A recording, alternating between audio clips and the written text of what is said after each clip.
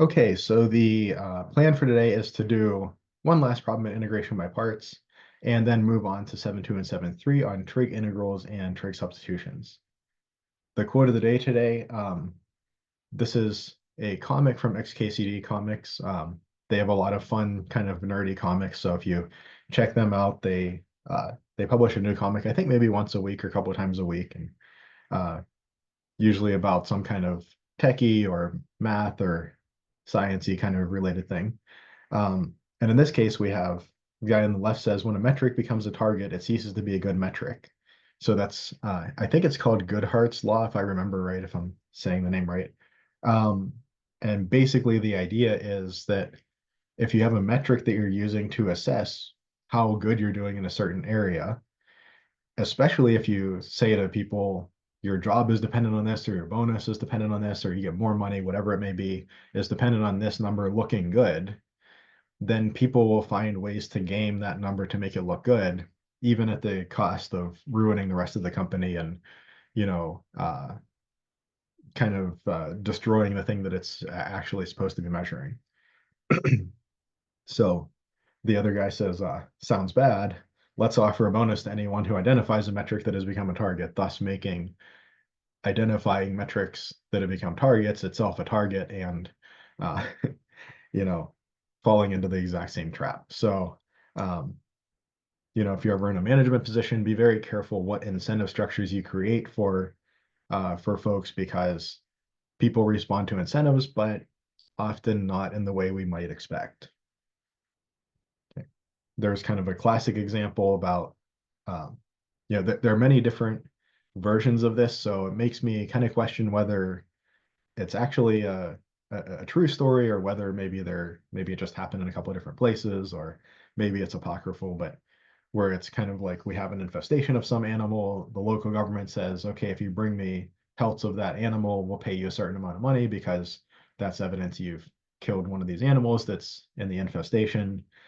But then people start breeding the animals because it's easier for them to breed them and turn them in for the money than it is to catch the ones that are causing the infestation. So, right, maybe number of pelts turned in uh, is not the best assessment of how well somebody has, has helped mitigate the infestation.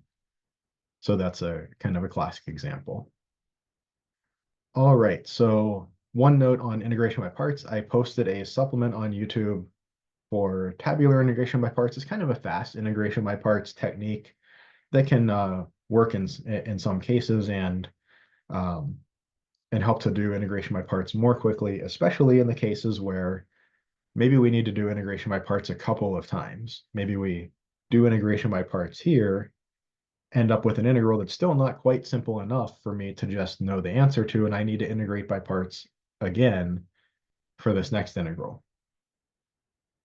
So it almost has a little bit of the feel of like the chain rule, although integration by parts is really more closely related to the product rule.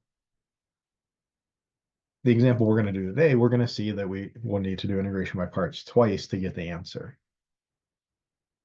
Okay, so let's work through this. I think I kind of assigned this as an exercise last time to think about this, to try to poke around and see what you could work out with respect to this problem. So we'll go through this answer a little more quickly as our last integration by parts problem. So again, I noticed that I have the product of two things. In the ideal case, one of the things gets easier when I differentiate it, and the other one doesn't get any more difficult when I integrate it. But in this case, I see both the exponential and the trig function basically stay about the same level of complexity or difficulty or whatever when I integrate or differentiate them. I'm going to choose one to differentiate, one to integrate.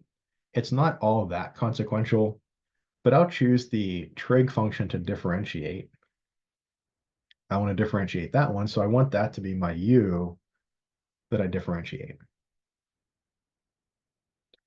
Really, the only reason for that is I'm a little bit less likely to make a sign error, plus minus sign error, I think, when differentiating trig functions than when integrating them. That's about the only reason. And then dv will be e to the minus theta d theta.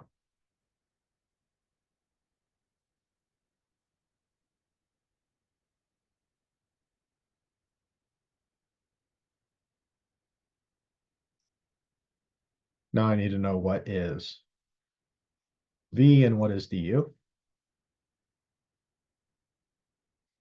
V is negative e to negative theta, and du. The derivative of cosine is negative sine. Oh, squeeze that in a little too close. Negative sine of 2 theta times 2, and I get a d theta out of there. So this integral with integration by parts turns into uv, negative e to negative theta, cos 2 theta,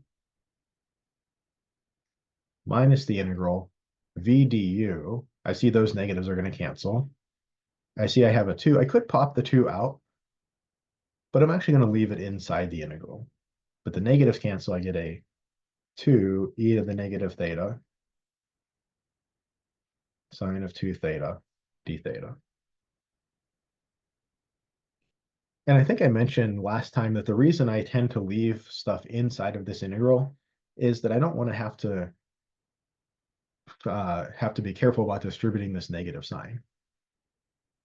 And in fact, I'm even going to go a step further. Well, we can't get rid of that integral. Let me just get the eraser out. I'm going to go a step further and even pop this negative sign inside of my integral. And draw a nicer looking integral there.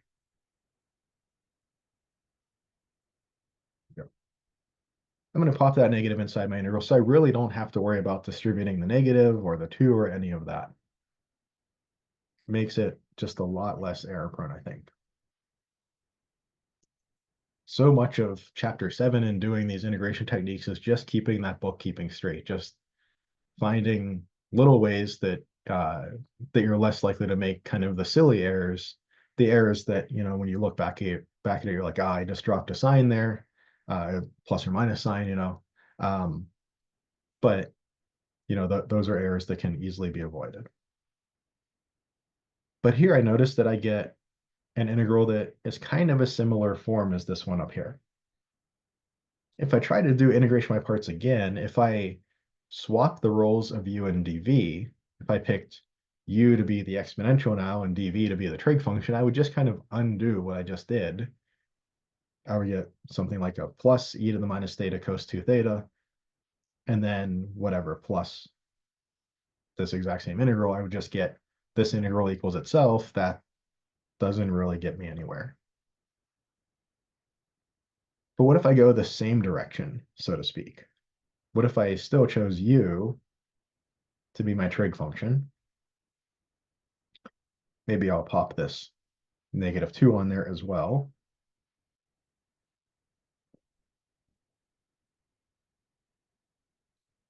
And then dv will be my exponential.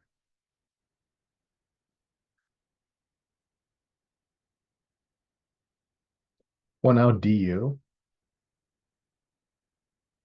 my sine differentiates the cosine. I pop out another 2, and I get a d theta. And v again is negative e to the negative theta.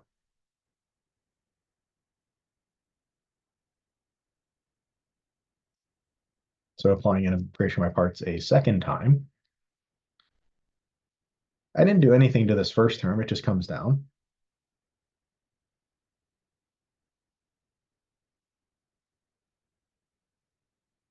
But then I have plus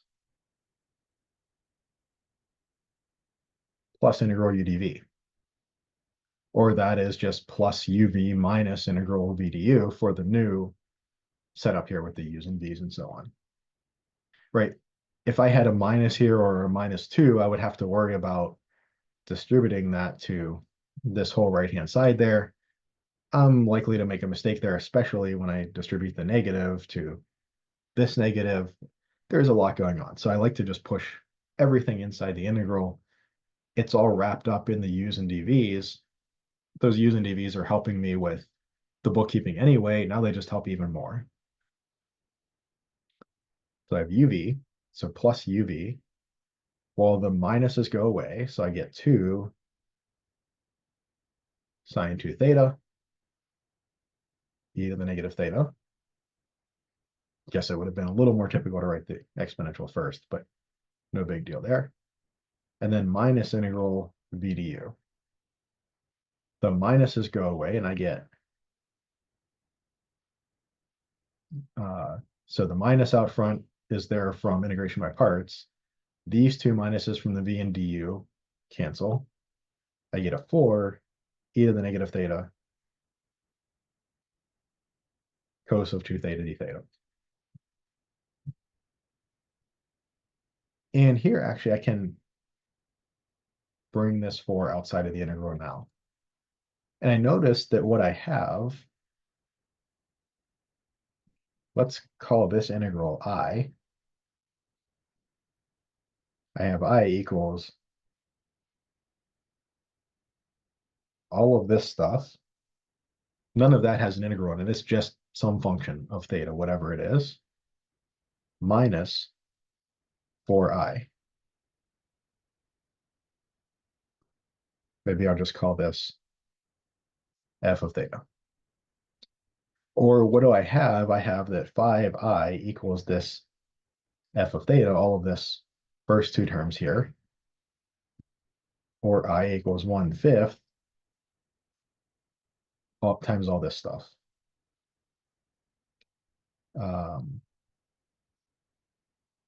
How could I write this? Maybe 2 sine 2 theta minus cos 2 theta e to the negative theta. I think I've got everything correct there. And now, since I've gotten rid of my last integral that I have just solved for, I'll throw in a plus c. I want to give the most general antiderivative, so I need that plus c on there.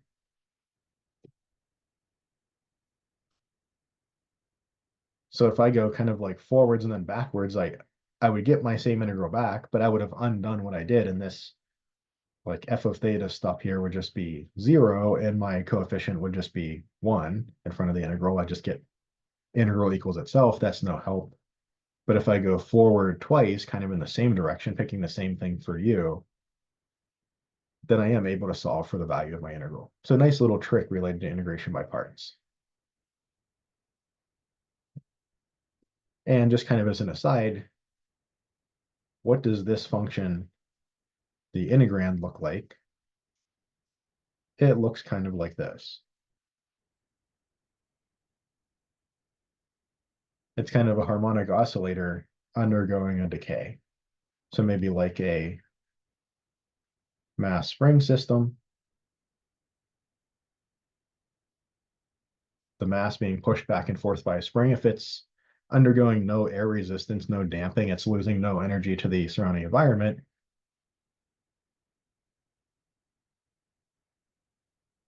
it's just a simple harmonic oscillator. But if there's damping involved, if it's moving through a fluid like air or water or something, it's losing some heat energy or maybe energy in other ways to the environment. So then the oscillations become damped. So that's the integrand oscillation with damping type function. Right? We have a trig function, and its amplitude looks like e to the minus theta. Its amplitude is undergoing exponential decay to 0. Any questions on that problem or on anything from integration by parts?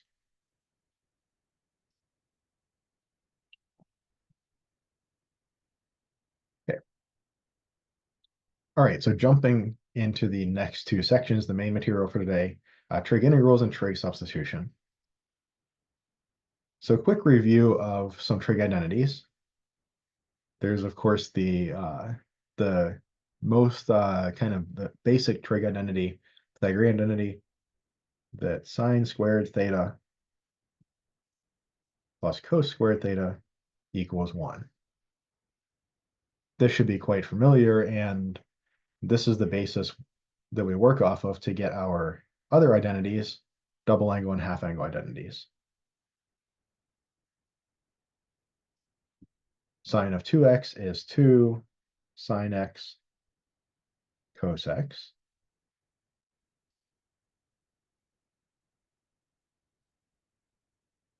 And cos of 2x is cos squared x minus sine squared x.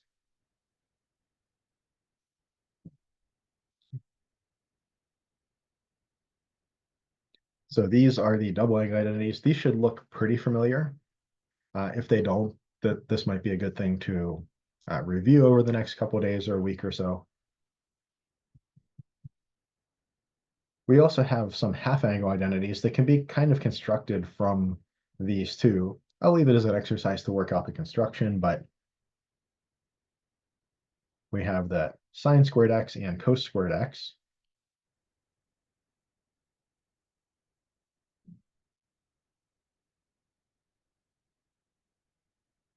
Both of them are set up as 1/2 times. Both of them have a cos of 2x and a 1 in here. And the sine squared x has a minus, where the cos squared x has a plus. How do I remember which one goes with which? Well, I think of plugging in 0. I know sine squared of 0 is 0, so my left-hand side is 0. Cos of 0 is 1, so 1 minus 1 gives me 0. So the minus goes with the sine squared x, right? For the cos squared x on the left, when I plug in 0, I get 1, and on the right, I get 1 plus 1 over 2 is 1. So if you forget which sign, plus or minus, goes with which trig function, sine or cosine, that's an easy way to just sort them out. Just plug in 0 and see which way it would work. But note that both of these are related to the same trig function, cos of 2x. These are called half-angle identities because often they're written as like cos of theta over here, and this would be sine squared of theta over 2. But it'll be a little more convenient for us to kind of think about them this way. So these identities, along with, of course, just the basic definitions of sine, cosine, tangent, etc., just knowing some of the basics about just how those functions work, and like tangent is sine over cosine, some of those very basic ones are really what we need to know here. Okay, so let's look at some examples of trig integrals. So trig integrals are integrals involving trig functions, specifically usually sine and cosine. Now, one thing I know about sine and cosine is they work very well together, right? They're kind of like almost the same function. It's just the translation. And in fact, if I differentiate one, more or less, I get the other one. That's a really nice relationship. If I differentiate sine, I get cosine. If I differentiate cosine, I get negative sine, but basically just get sine back out. So when I'm dealing with these trig integrals, I really want to leverage as much of that as I can. I notice here that I have 3 total powers of trig functions, of sines and cosines. I also know that even powers of sine and cosine can really easily be converted in back and forth between one another directly using Pythagorean identity, right? Sine squared theta is 1 minus cos squared theta, and vice versa. So my goal when I have an odd number of powers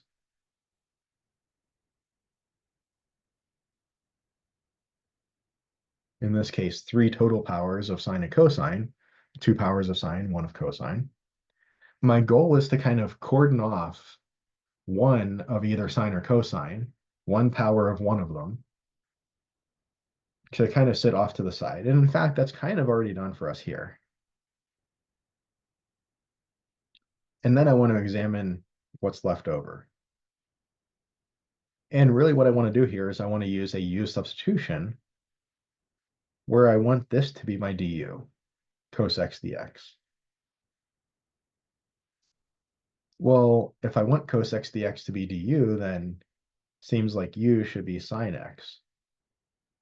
And that actually meshes very nicely with what I have here, sine squared x. So I'm going to use a u substitution.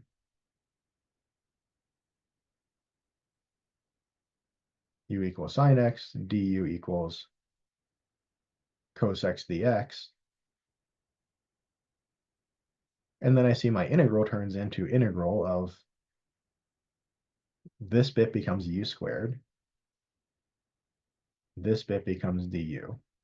Again, I always want to check from one step to the next or across one step that I've used everything in the original integral and nothing that's not in there. So I didn't leave anything behind. I didn't somehow slip something else in there. Everything looks good. The bookkeeping, the accounting, in a sense, is accurate. Well, this is an easy integral to do. This is 1/3 u cubed plus c, or that's 1/3. I always want to substitute back in, right? I don't want to give the answer in terms of u, this variable I made up.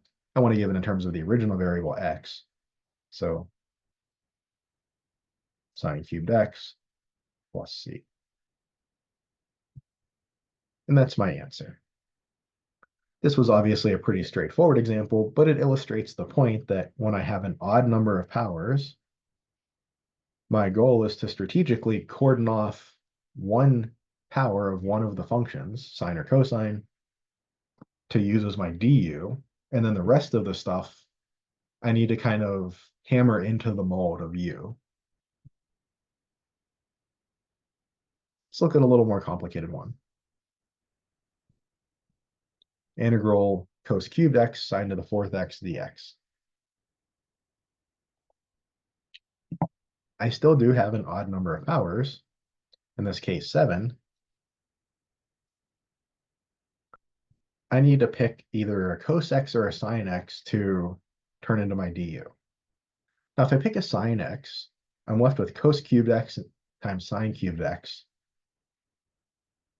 There's not a whole lot I can do with that, right? Even powers of trig functions work pretty nicely. Odd powers, I mean, maybe there are some identities, but they're at least much more cumbersome and less nice to work with. I want to try to get even powers inside my integral. So I'm going to choose to cordon off a cosine because that'll leave me with cos squared left over and a sine to the 4th left over. Those are even powers. That's going to work a lot nicer. So I'm going to choose to rewrite this integral. Again, the bookkeeping, the kind of accounting is super important here. So I'm taking an extra step just to write everything out so that everything is clear. Cos squared x sine to the 4th x cos x dx. And this, that cos x, pulling that one extra power off of that cube, that's what I'm going to use as my du, which again is going to set my u to be sine x. My du then is cos x dx.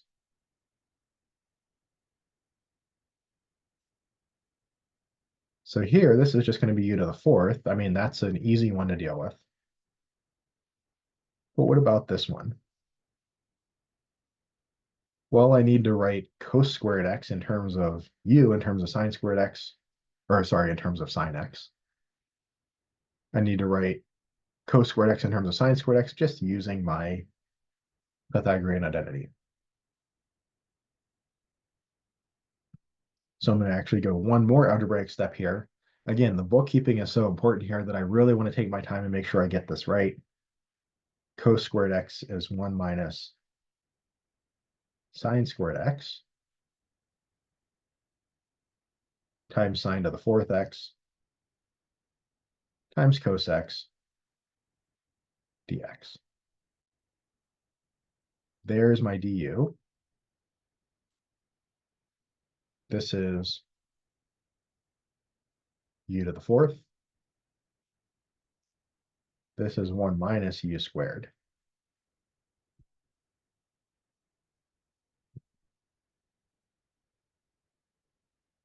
Now I can say with the substitution listed above, this is integral 1 minus u squared times u to the fourth du. And for this one, I distribute integral of u to the fourth minus u to the sixth du. I integrate 1/5 u to the fifth minus 1/7 u to the seventh. I'll throw a plus c on there. And then I substitute back in 1/5 sine to the fifth x minus 1/7 sine to the seventh x plus c.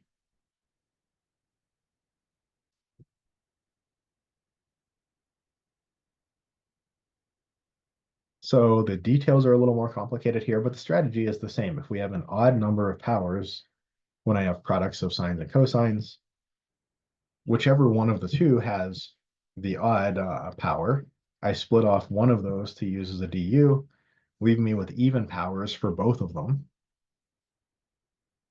I look at my du, I decide what my u has to be, and then I take my even powers and I convert whichever one I need to into the other one, sine into cosine or cosine into sine, to mesh with what I want my u to be. Right, make my substitution and go from there. Any questions on that?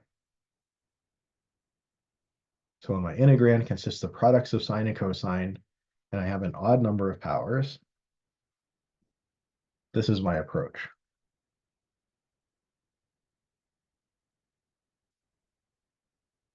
What about the situation where I have an even number of powers?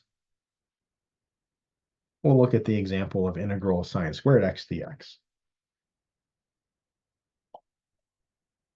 Well, here, if I were to try to do something similar,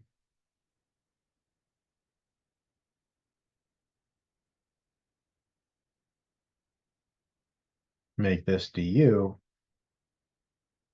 well, that means that u has to be something like cos x, right? But how do I make sine x by itself look like cos x? Not really an easy task, right? I can make sine squared look like cos squared really easily, Pythagorean identity. But making a sine by itself look like a cosine by itself, that doesn't work so nicely.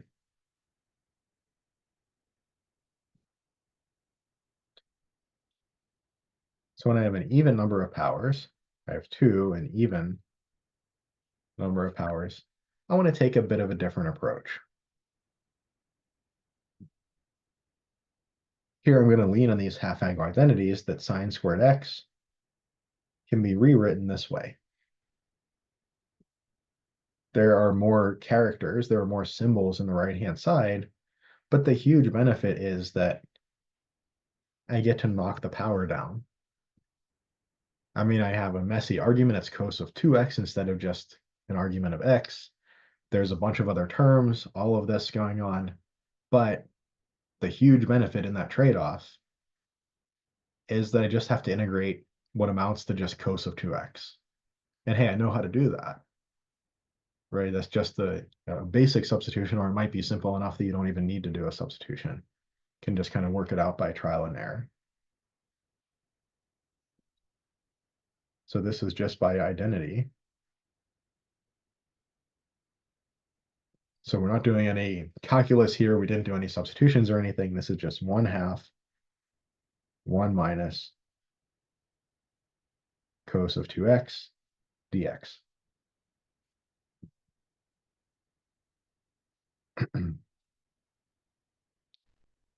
Now I integrate this. This is 1/2 integral of 1 minus cos of 2x dx. Or this is 1/2 integral of 1 dx, just turns into x. Integral of cosine of stuff, well, whose derivative is cosine of stuff? That's sine of stuff. If I differentiate this, I get cos of 2x. A 2 pops out, so I need another 1/2. to cancel that extra 2 popping out, and then plus c.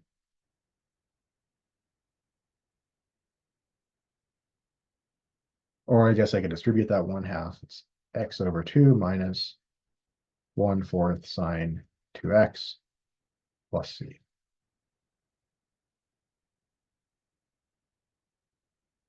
So that's the approach when I have an even number of powers inside my integral. One little kind of side note here. It's a little nuance, but it's important. What is x? On one hand, it's an angle that's getting plugged into a trig function. On the other hand, it's just the number that's sitting there outside of a trig function. I have x's floating around that are not contained inside of a trig function. Well, x better be in radians. X had better be in radians so that it can sit outside of a trig function. If it's in degrees, then I have a unit on here. I have, 30 degrees over 2. This has units of degrees, but that degrees gets kind of eaten by the sign and has units that are not degrees. It's unitless. I can't add or subtract two things that have different units.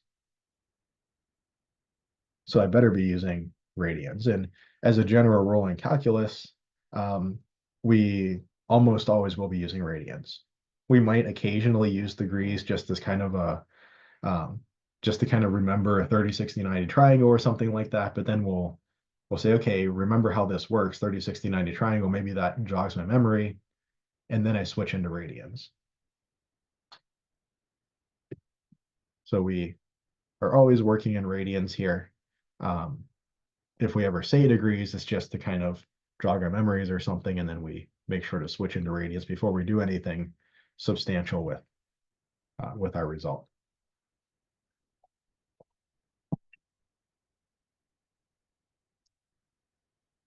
All right, then moving on to 7.3, trig substitutions. Again, with chapter 7, especially in trig substitutions, it's really the little details, the kind of the bookkeeping, the accounting, so to speak, that really can get you here. So what's the basic idea in trig substitutions? Well, let's take a look at an integral.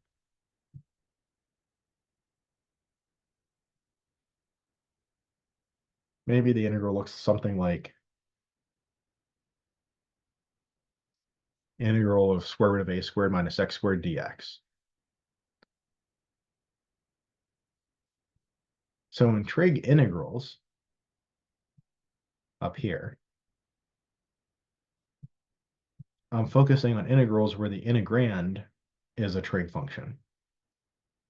And I'm typically using, maybe I shouldn't say typically, but often using a u substitution that is also a trig function, where the new variable is a trig function of the variable in the integral.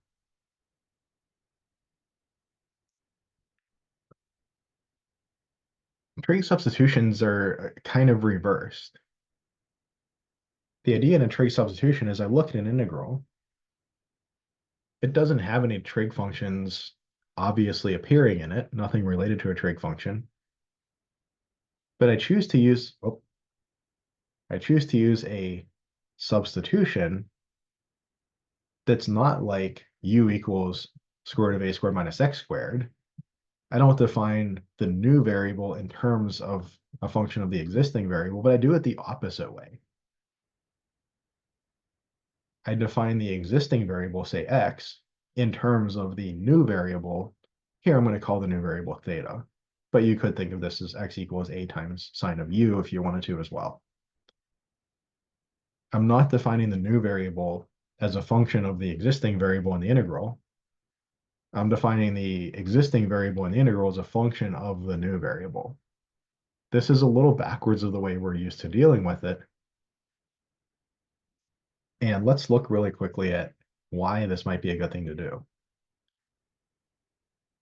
So why is making this substitution potentially a good idea? Well, I have square root of a squared minus x squared, but x is a times sine theta.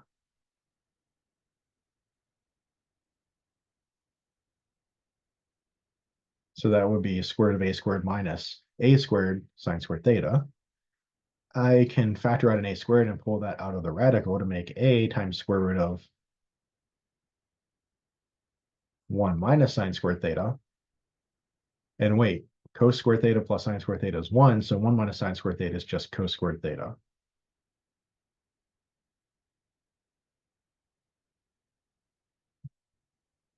And square root of cos squared theta is essentially cos theta. This whole square root business should simplify down really nicely if I use this x equals a sine theta. I'm going to end up with an integral in terms of theta. And what is likely to happen here if I'm not careful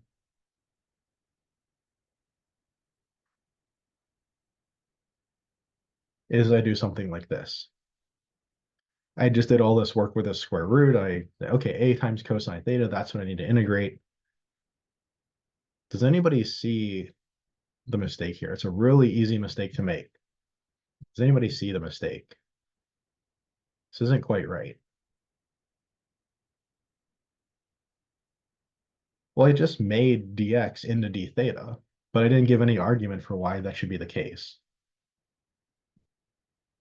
If x is a sine theta, what is dx?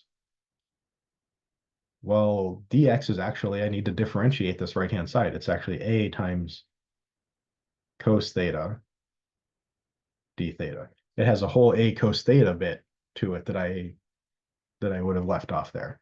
Super easy mistake to make because we've done all of this long, complicated work over there, and we just want to plug it in and move forward, but we still have one more piece.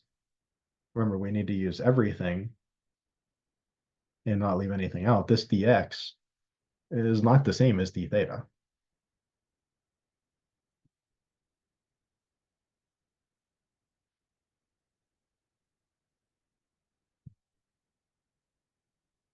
Or this is a squared integral cos squared theta d theta. We integrated sine squared up here. We'll use the same trick down here. Not exactly the same formula, but the same idea. A squared times 1/2. In this case, it's going to be 1 plus cos 2. Oh, I left off my integral. Cos 2 theta d theta.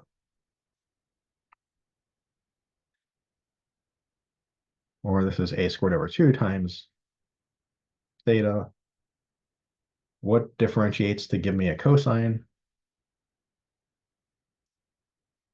That's a sine. So sine 2 theta differentiates to give me cos 2 theta. That would pop out a 2 as well. And I need a 1/2 there. And I guess I'll just leave it like that. It's not going to get much nicer. We'll just leave it there.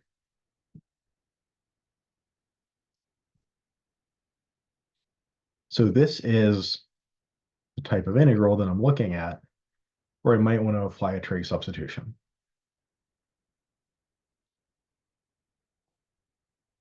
Now, how did I come up with this? I mean, I just kind of threw x equals a sine theta out there. When I look at this integrand, what would ever make me think of this? I mean, I guess in one sense you could say, well, it kind of works out, but is there a better way to see that it's going to work out?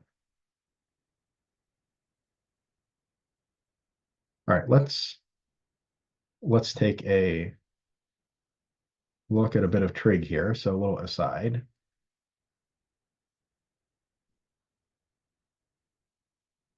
X equals a times sine of theta. Well, that means sine theta is x over a. if I have theta here, sine is opposite over adjacent, or geez, sine is opposite over hypotenuse, a and x. So what is our adjacent? Our adjacent is square root of a squared minus x squared. I notice that in the adjacent leg here, that's the integrand I come up with, right? So this kind of thing where I have square root of number minus variable squared, that's kind of fundamentally like a circular or a trig feeling thing, right? It comes up in Pythagorean theorem here. As an aside, I could, just as well have used x equals a times cos theta, and I could get something similar. So there's nothing super special about sine theta, except for the fact that I know I'm going to need to differentiate. And when I differentiate, I don't get a negative. So that's kind of nice. I avoid having an extra negative that I have to remember to include everywhere and not leave off and all of that.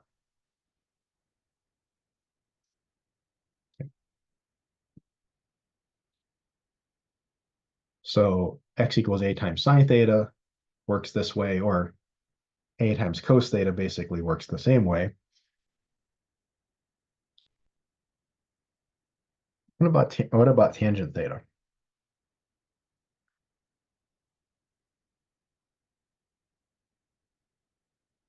My allergies are just like going haywire today. I think it's like the warmer weather and the snow starting to melt and all that.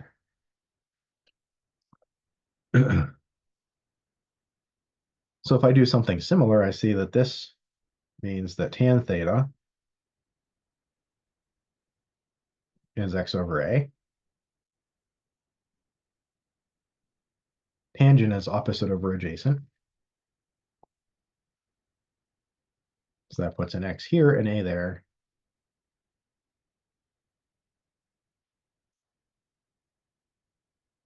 And I end up with square root of a squared plus x squared. So integrands that look like square root of a squared plus x squared, using a substitution like x equals a times tan theta might help me there.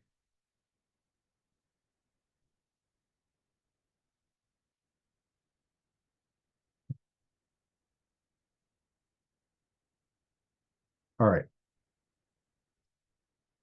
So let's look at a few examples down here. Let's try to find the area of this ellipse, x squared over a squared plus y squared over b squared equals 1.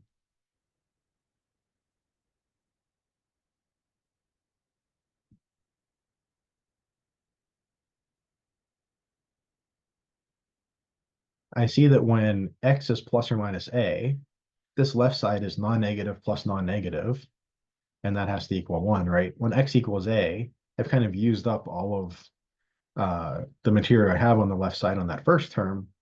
Y has to be 0. And same with when x is negative a, y has to be 0. And same with when y is plus or minus b, x has to be 0.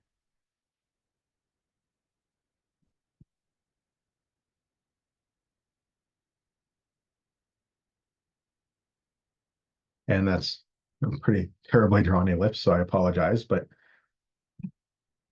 we see the area of the ellipse is just 4 times this first quadrant area. There's a symmetry here, which maybe would be a little more obvious if I was a better artist. But I'm just going to take this area here, integral from 0 to a of something, and multiply it by 4. That will be my area for my ellipse.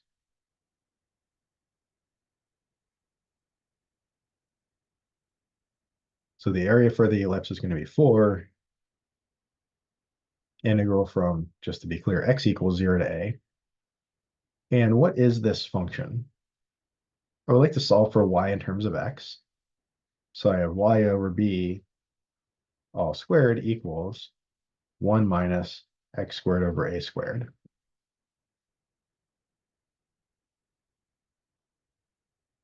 Let me work on this right side a little bit really quickly here. Y squared over b squared is, I can make this 1 over a squared times a squared minus x squared.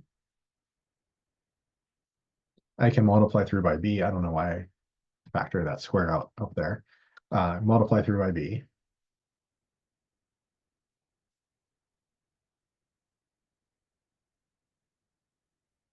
And square root everything. I'll take the positive square root because where I'm interested in my function, y is positive, so no problem just sticking with the positive.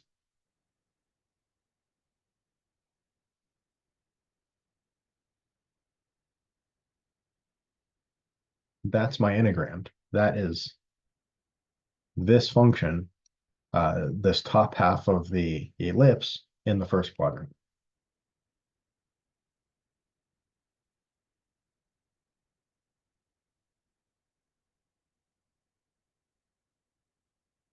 And we really see exactly this type of situation from up here coming up.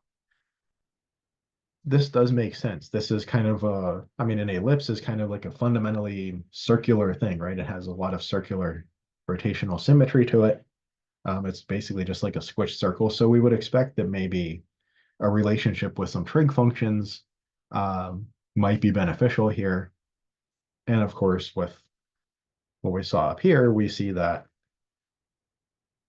this type of structure, when I see something like a squared minus x squared or root a squared minus x squared pop up, I'm thinking x equals a times sine theta.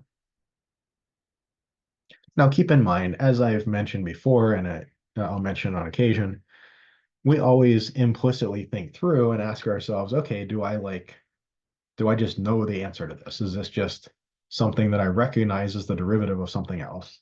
Probably not. Is there algebraic simplification I can do here? Be really careful not to make this a minus x, right? So just be careful with that basic algebra stuff. It's really tempting to just make this a minus x, and then it becomes a really easy integral to do, but it's unfortunately wrong.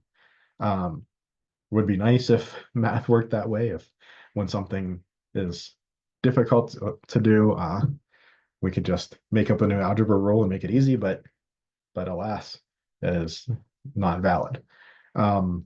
So we would think through this, is there a basic substitution I can do? Well, I might want to do something like, u equals a squared minus x squared, but I don't have an x outside to help me with the du, for instance. So I'll do my trig substitution. I'll let x equal a times sine theta. This bit, square root of a squared minus x squared, turns into a cos theta, right? I get a squared minus a squared sine squared theta. The a comes out of the square root, the a squared comes out of the square root as an a. 1 minus sine squared theta becomes cos squared theta under the radical, and we square root to get cos theta. And very importantly, put a little exclamation point here, we have to handle dx as well. Again, just being really careful with the bookkeeping, not taking any shortcuts. Dx is going to be a cos theta d theta.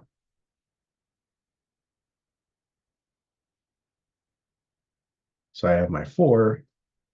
Let's just bring this b over a out. Integral. Let's come back to the bounds. I have root a squared minus x squared. That turns into a cos theta. So I've taken care of this, I've taken care of that. My 4 is brought down, and my dx is a cos theta d theta.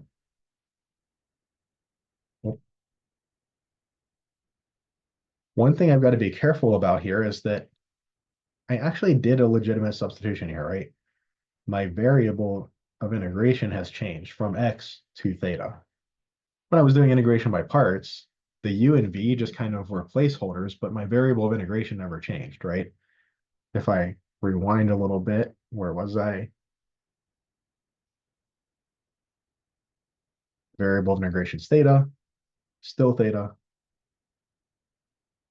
still theta. My variable of integration never changes integration by parts. So if I had bounds, I don't really have to adjust them at all. But here I've done a legitimate substitution. I've legitimately changed variables from x to theta. I'd better make these bounds. Maybe I'll even write it in red.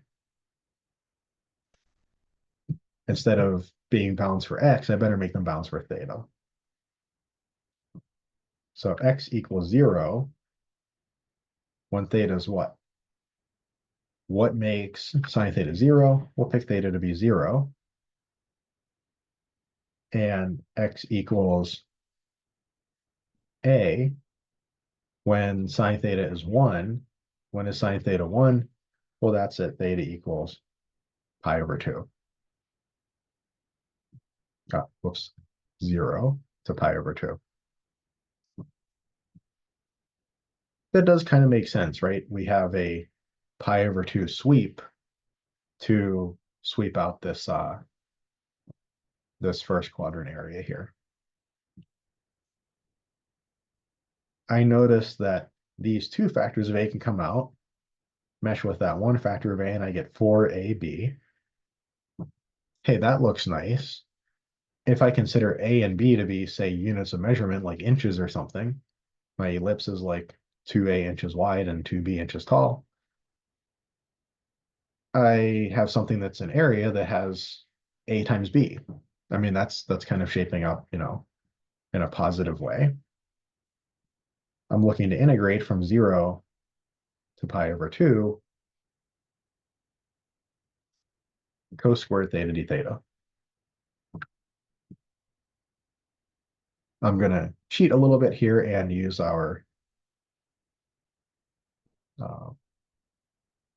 result up here. So integrating cos squared theta gave us this. It gave us 1/2 times all of this.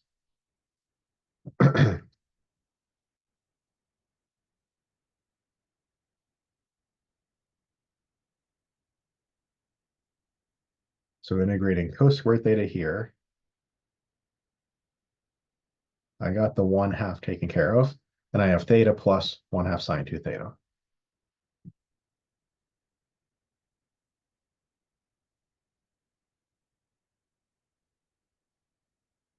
And that's going from theta equals 0 to pi over 2.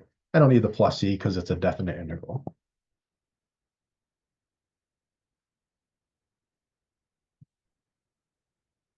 Out in front, of course, I have now 2ab. When theta is pi over 2, I just get pi over 2 plus 1/2 sine of 2 pi over 2, that's sine of pi, that's 0, that bit goes away.